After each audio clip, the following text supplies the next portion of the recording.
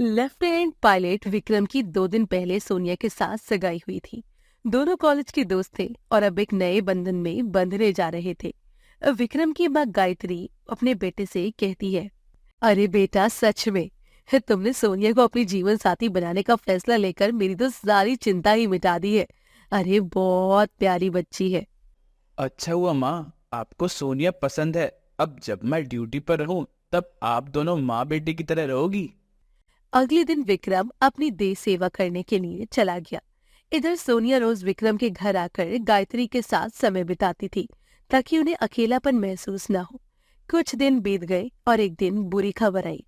विक्रम के प्लेन में किसी तकनीकी खराबी के कारण ब्लास्ट हुआ और उसकी मौत हो गई। सोनिया और गायत्री पर तो ये खबर सुनकर जैसे आसमान टूट पड़ा। सोनिया और विक्रम का दोस्त साकी सोनिया को लेकर गायत्री से मिलने आया। गायत्री विक्रम के फोटो के सामने बैठी हुई थी। तब सोनिया कहती है, माँ, ये सब क्या हो गया? कहाँ चला गया हमारा विक्रम? सोनिया गायत्री की गोद में सर रखकर रोने लगी। गायत्री का तो रो रो कर बुरा हाल था। तब साकेत कहता है, आंटी सोनिया, अब चुप हो जाओ तुम दोनों। जो हुआ बहुत बुरा हुआ, लेकिन हम तो जीना नहीं छोड़ सकते ना। तुम्हें पता है सोनिया, जब से विक्रम गया है माँ ने एक निवाला तक नहीं खाया है। माँ, ये क्या? चलिए अपनी आंखें पोंछिए, मैं आपके लिए कुछ खाने को लाती हूँ। विक्रम ने कहा था कि आपका ख्याल रखूं, और मेरे होते हुए अगर आपने खाना नहीं खाया ना, तो विक्रम मुझे कभी माफ नहीं करेगा। अरे मुझे बोल रही हो बेटी, लेकिन मुझे पूरा यकीन है कि तुमने भी इन दिनों में खाना नहीं खाया होगा। तुम भी मेरे साथ खाना खा लेना, मैं भी विक्रम को दुखी नहीं देख सकती। सोनिया ने खाना बनाया और भारी मन से दोनों ने थोड़ा सा खा लिया। तब साकेत कहता है, चलो अब मैं निकलता हूँ। सोनिया, तुम्हें घर छोड़ दूं? नहीं साकेत, अब मैं यहाँ माँ के पास रुकूंगी। क्या बेटा, लेकिन तुम्हारी मम्मी पापा, अरे वो क्या कहेंगे? अरे कुछ नहीं कहेंगे माँ, मैं उन्हें बता कर ही आई हूँ कि मैं अब आपके साथ ही रहूंगी।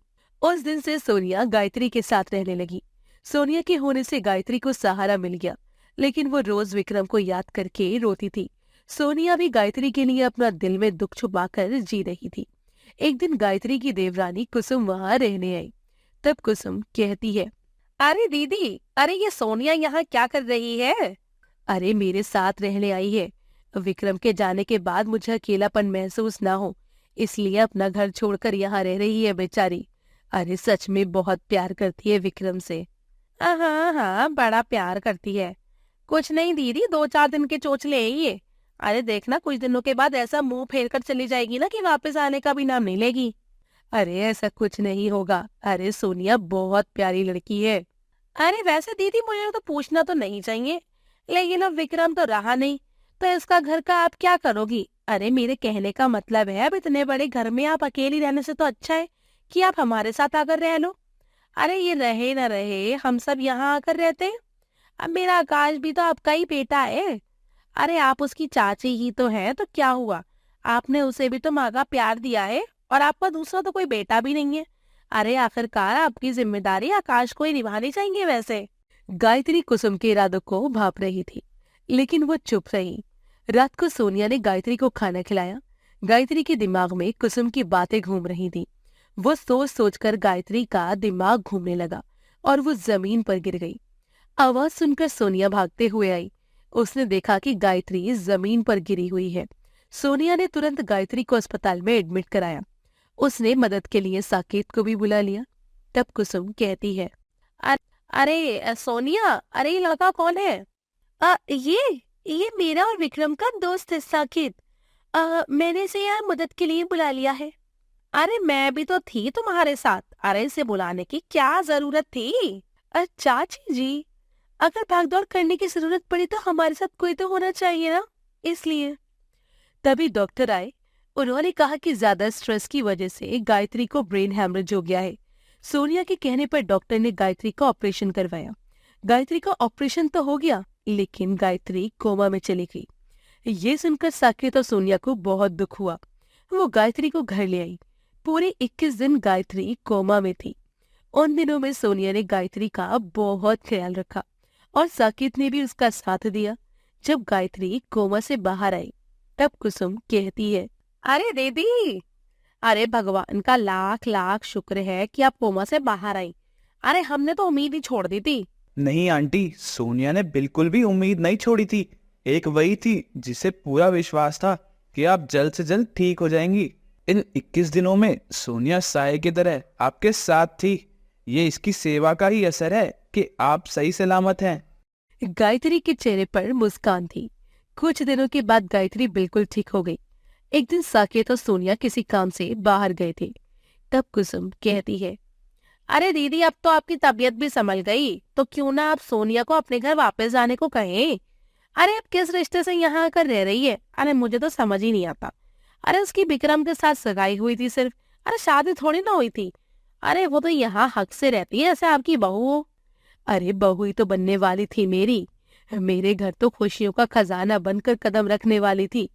अरे लेकिन देखो, भाग्य ने ऐसा पहिया घुमाया कि बेचारी शादी के बिना ही विधवा की तरह रह रही है। अरे मुझे पता है कि विक्रम के जाने का गम अभी उसके दिल में ताजा है।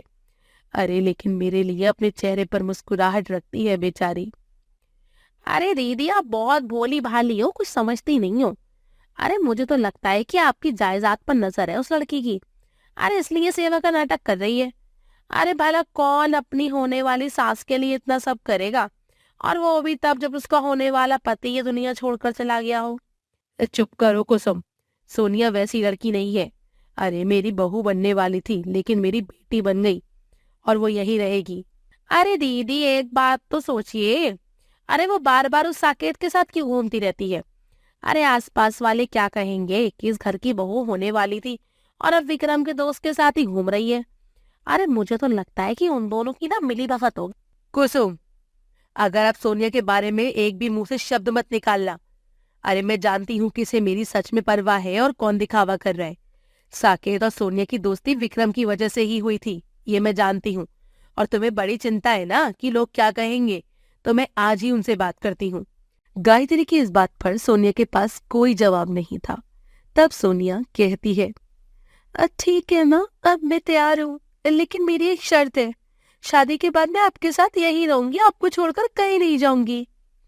साकेत ने सोनिया की शर्त मान ली। साकेत अनाथ था, गायत्री के रूप में उसे भी मां मिल गई। कुछ दिनों के बाद सोनिया ने साकेत और सोनिया की शादी रचाई।